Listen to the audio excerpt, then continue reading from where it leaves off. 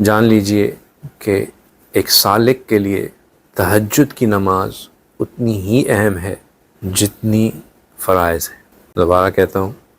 کہ ایک سالک کے لیے تہجد کی نماز اتنی ہی اہم ہے جتنے کہ فرائض نماز ہے۔ اس لیے کیونکہ یہ وہ نماز تھی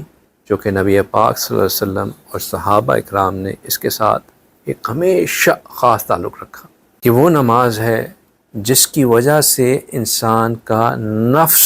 ٹوٹتا ہے۔ نفس کی سرکشی ختم کرنے کے لیے یہ نماز بہت اہم ہے۔ رات کی نیند نفس کو بہت پیاری ہوتی ہے۔ رات کی نیند نفس کو دل چاہتا ہے کہ میں اپنی نیند ترک نہ کروں، اپنے نفس پہ قدم رکھ کے اللہ کی محبت میں اٹھ کے مصلی پہ آ بیٹھنا، یہ اللہ کی محبت کی بہت بڑی نشانی ہے، اور یہ نفس کو ایک بہت بڑا سبق سکھاتی ہے کہ نہیں، تیری نہیں چلے گی،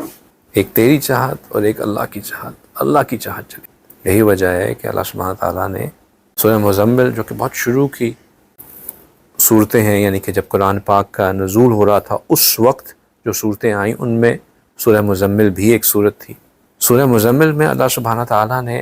رسول اللہ صلی اللہ علیہ وسلم کو باقاعدہ تاکید کی کہ وہ رات میں اٹھ کے تہجد پڑھا کرے، قم اللیل الا قلیلا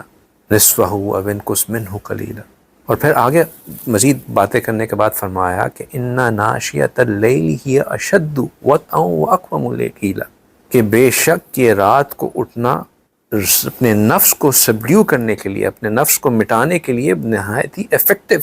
طریقہ ہے۔ تو انا ناشیۃ اللیل ہی اشد، یعنی کہ بہت ہی افیکٹو،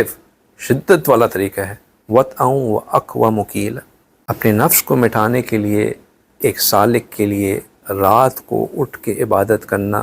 یہ ایک بہت ہی اہم طریقہ ہے، اور یہ وہ چیز ہے جو کہ انسان اگر کچھ غلط کر بھی رہا ہوتا ہے، جو جن دن میں کچھ کمیاں کوتاہیاں رہ بھی گئی ہوتی ہیں، ان کو مٹانے میں بھی بہت اہم رول پلے کرتی ہے۔ ایک حدیث مبارکہ میں آتا ہے، سیدنا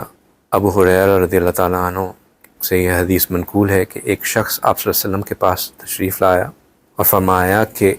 ان فلانا یصلی باللیل، کہ وہ فلاں شخص جو ہے راتوں کو نمازیں پڑھتا ہے، یعنی کہ رات تہجد کی باقاعدگی کرتا ہے۔ فاذا اصبح، لیکن جب صبح ہوتی ہے تو سرق، وہ چوری کرنا شروع کر دیتا ہے، وہ چوری کے کام کرتا ہے۔ آپ صلی اللہ علیہ وسلم نے کہا کہ یہ جو اس کا رات کو جاگنا ہے، یہ اس کو